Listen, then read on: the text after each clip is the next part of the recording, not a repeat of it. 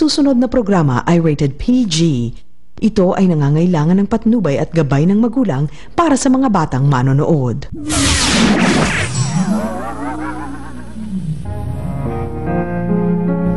Mamamatay na ba ako? Okay na rin to. Para hindi ko na kailangan problemahin si JV Song. Sandali! Hindi marunong lumangoy si Karen. JV Song, iniligtas mo ba ako? Sana dumating ka uli para iligtas ako gaya ng dati. Karen! Huwag mo nga siyang hawakan! Babira mo, gumising ka! Huwag mo akong takutin, Karen! Niligtas mo ba ako? Loko ka, ha?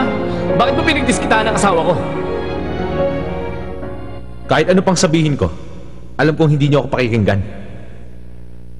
Pero sana mapatawad niyo ako. Ha? Di na mauulit ang ginawa ko. Pangako, hahayaan ko na siya. 我跟你讲嘟嘟嘟嘟一百，我被你喂嘟嘟嘟嘟上最爱，我要你母嘟嘟嘟嘟到真爱。哇哦哇哦，不玩百里出牌，不玩百里出牌，不玩百里出牌。哇哦哇哦。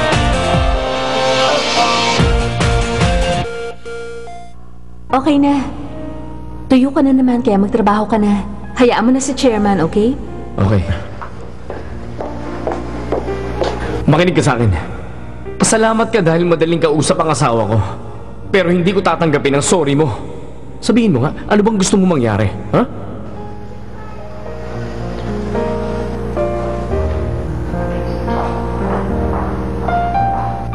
Actually, parang ex-girlfriend ko si Karen.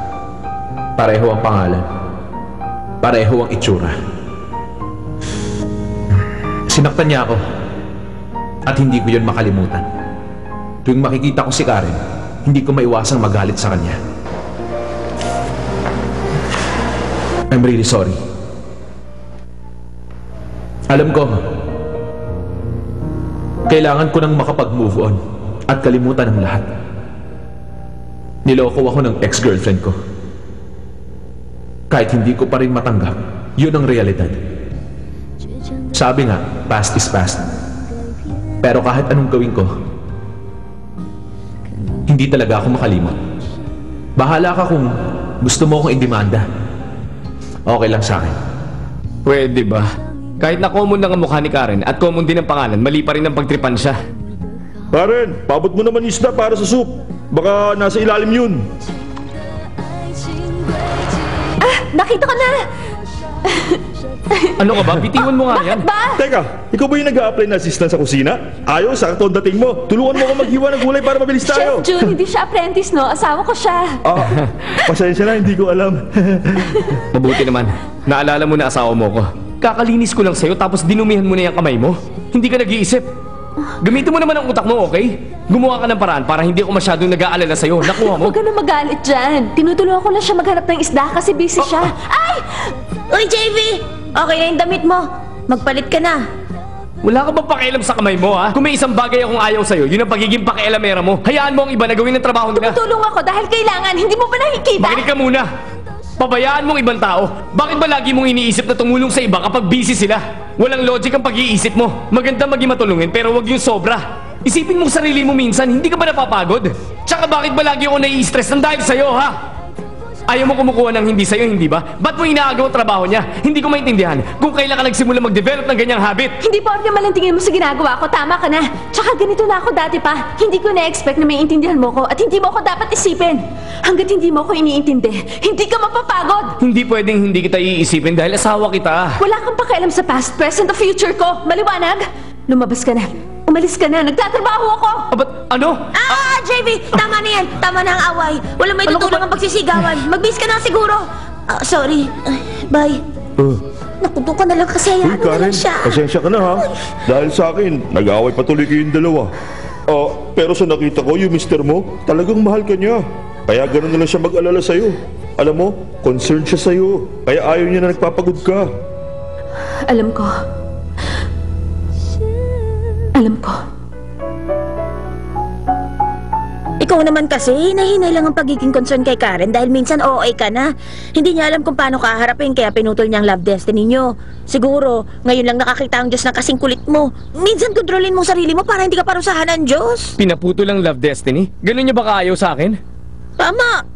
Kaya nga sinabi ko na sa'yo ngayon para alam mo na, para hindi mo na siya pahirapan. Pero bakit naman ganun siya kung mag-react? Masama bang gusto ko siya? Wala ba siyang feelings para sa akin kahit konti? Hindi ko ina-expect na matatanggap niya ako agad. Pero sana bigyan niya ako ng chance, hindi ba? Teka, bakit ba ayaw niya sa akin? Sabihin mo naman. Oo, ingat. Ewan ko, hindi ko alam. Baka dahil nakidatan siya nung pinanganak siya o baka dahil sobrang bait mo kaya naiilang siya o baka dahil sa hirap na dinulot niya sa kapatid niya. Teka, sandali lang. Kapatid niya? Mas bata? Oo. Nasa ampunan siya, di ba? Tapos naampunan siya. Tapos, nangyari yung aksidente. Dahil sa nangyaring yun, pinaalis siya ng pamilya na umampun sa kanya. Aksidente? Anong aksidente? Gusto ko malaman ng lahat-lahat. Please, sabihin mo sa akin. Sabihin mo ang lahat tungkol sa kanya. Pakiusap. Maawa ka. Baka hindi na siya makatugtog ng piano. Pag nangyari yun, wala ka na magagawa para maibalik ang nawala sa kanya. Kahit sino, makikitang malinis ang intensyon mo kay Karen. Pero dahil sa nagawa niya sa nakababatang kapatid niya, talagang na-trauma na tuloy siya. Hanggat galit ang kapatid niya sa kanya, hindi niya pagbibigyan ng sarili niyang lumigaya at hindi niya tatanggapin ang pagmamahal mo. Ay, alam mo, para sa babae, parang batang gusto ng laruan ng pag-ibig. Pareho lang silang dalawa. Ano nga yan? Ayaw, sandali! Kitam, tignan mo yun. Kapag merong isang bagay na kinuha sa'yo, natural magagalit ka sa nang-aagaw. Pero kahit na yung nang-aagaw sa'yo, magigilty dahil sa ginawa niyang pang-aagaw. Ganun ang nararamdaman ni Karen ngayon. Mas gugustuhin pa niyang pakawalan ka kaysa masaktan si Audrey ng dahil sa kanya. Yun daw ang pinakamabuti sa inyo. Nakinig ka sa sinabi ko kung meron ka talagang pakialam sa kanya. Huwag mo nang pahirapan si Karen. Nga pala, konting kontrol naman. Huwag kang parang teenager na habol ng habol sa babae. Nakuha mo?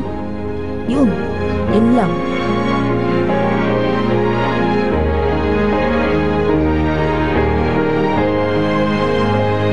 Hanggang galit ang kapatid niya sa kanya, hindi niya pagbibigyan ng sarili niyang lumigaya at hindi niya tatanggapin ang pagmamahal mo. Di porke mali ang tingin mo sa ginagawa ko, tama ka na. Tsaka ganito na ako dati pa. Hindi ko ina-expect na maintindihan mo ko at hindi mo ako dapat isipin. Hindi. Hindi siya galit sa akin. Ang totoo, may feeling siya para sa akin. Gusto niyang tanggapin ang pagmamahal ko pero hindi niya magawa dahil meron sa gabal. Ibig sabihin, meron pa akong pag-asa. Tama.